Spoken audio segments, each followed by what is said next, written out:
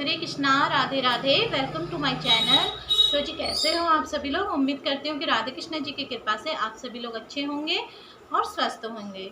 तो जी आज की वीडियो में मैं आपको एक भगवान श्री कृष्ण जी की एक इतनी पावन कथा सुनाऊंगी जो कि एक संत और एक शिकारी की कथा है, जो कि भगवान अपने भक्त के अधीन होते हैं। जिस तरीके से पुरुषोत्तम मास में रोज आपको मैं एक कथा सुना रही हूँ, भागवत कथा ही समझ लीजिए, आपको लिए रोज मैं एक नई नई कथा लेकर आ रही हूँ। अगर आपको मेरी कथा अच्छी लगती हो तो मेरे चैनल को सब्सक्राइब करना ना भूलें और वीडियो को लाइक एंड शेयर करना ना भूलें। तो चलिए शुरू करते हैं हम आज की कथा। तो जी कथा इस प्रकार से, एक जंगल में एक संत थे जो कि कुटिया बनाकर रहते थे। वहाँ पर वो भगवान श्री कृष्ण जी की पूजा अर्चना और जप करते थे। वो भगवान श्री कृष्ण जी के दर्शन के लिए वहाँ पर बैठे थे। उन्हें विश्वास था कि किसी न किसी दिन भगवान श्री कृष्ण जी उनको दर्शन देने जरूर आएंगे। तो इसी तरीके से एक दिन उस जंगल में एक शिकारी आता है। शिकारी ने बाबा की कुटिया देखी तो शिकारी बाबा की कुटिया के अंदर गया।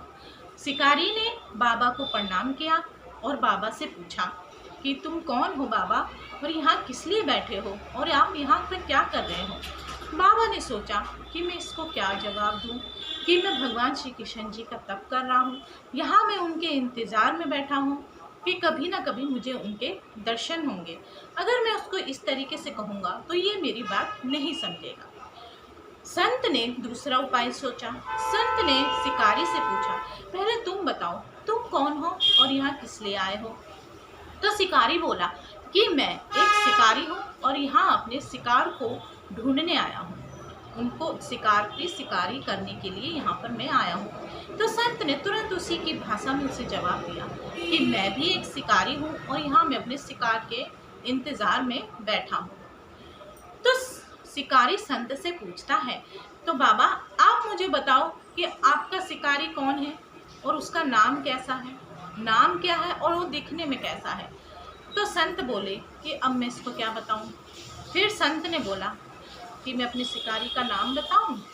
वीक सापरा सलोना है, घुंघरालू बाल है, दिखने में बहुत ही सुंदर है, हाथों में बांसुरी और सर पर मोर मुकुट है। तो ऐसे दिखता है मेरा शिकार। तो संत बोला, तो ठीक है बाबा, मैं आपकी मदद करूंगा आपका शिकार ढूंढने के लिए। बाबा ये बात सुनते सुनते ही रो पड़े। तो शिकारी बोला कि बाबा आप रो मत, अब तो मैंने ठान ली है कि आपके शिकारी को मैं ढूंढ कर लाऊंगा और जब तक पानी भी नहीं पीऊंगा और मैं आपके पास भी नहीं आऊंगा। तो जी शिकारी चल पड़ा घने जंगल के अंदर। वो एक पेड़ के ऊपर बैठ गया, उसने जाल बिछा लिया, भूखा प्यासा वो वहां पर बैठा रहा। 2 दिन बीत गए, 3 दिन बीत गए।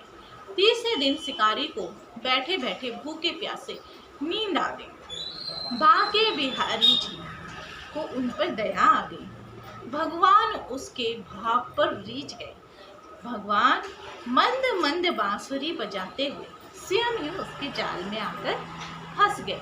जैसे ही शिकारी को अनुभव हुआ कि कोई शिकार फंसा, तुरंत नींद से उठा और उसने जाल को देखा।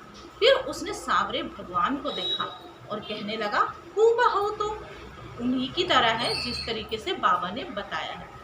तो शिकारी चिल्लाने लगा, मिल गया शिकार मिल गया। तुरंत शिकारी ने जाल उठाया, भगवान के सहित जाल उठाया और उसे अपने कंधे पर लाद दिया। फिर वो शिकारी शिकार को लेकर चलने लगा और कहने लगा, 3 दिन बाद मिले हो, खूब भूखा प्यासा रखा है मुझे, अब मैं तुम्हें बिल्कुल भी छोड़ने वाला नहीं हूँ। शिकारी धीरे धीरे बाबा की कुटिया की तरफ बढ़ा। धीरे धीरे शिकारी बाबा की कुटिया में पहुंचा तो आवाज लगाई उसने, बाबा ओ बाबा। संत ने तुरंत ही दरवाजा खोला और उसने क्या देखा कि शिकारी के कंधे में भगवान श्री कृष्ण जी जाल में फंसे हुए हैं। तुरंत शिकारी को देखकर संत बाबा एकदम शिकारी के कदमों में गिर गए और बोलने लगे कि मैंने इतने वर्षों तक तपस्या करी और आज मुझे इस शिकारी के कारण इनके दर्शन हुए, मुझे भगवान के दर्शन इनके कारण हुए। तो भगवान बोले कि इस शिकारी का जो भाव था वो तुमसे ज़्यादा था, इसकी जो तपस्या थी वो तुमसे ज़्यादा थी, इसका जो प्रेम था वो तुमसे ज़्यादा थी, इसीलिए मैं 3 दिन तक बिना इसके पास आए रह नहीं सका और स्वयं ही आके मैं जाल में फंस गया। फिर भगवान ने कहा संत से कि तुम्हारी भी भक्ति में कोई कमी नहीं है, तुम्हारे दर्शनों के फल ही है जो कि मैं इसको 3 दिन में प्राप्त हो गया। तो इस तरह उन्होंने भगवान के खूब दर्शन करे, भगवान ने खूब दर्शन दिए और फिर भगवान वहाँ से चले गए। तो जी ये है कथा जो कि भगवान अपने भक्तों से कहते हैं कि मैं तो उनके अधीन ही हूँ। तो इस तरीके से कथा सुनने से हमें भक्ति के मार्ग पर अग्रसर होते हैं, हमारे अंदर और भक्ति जागती है। तो जो पुरुषोत्तम मास है भगवान श्री विष्णु नारायण जी को समर्पित होता है ये मास, तो आपको रोज एक कथा जरूर सुननी चाहिए। अगर आपको कथा आज की अच्छी लगी हो तो वीडियो को लाइक एंड शेयर करना ना भूलें। हरे कृष्णा, राधे राधे।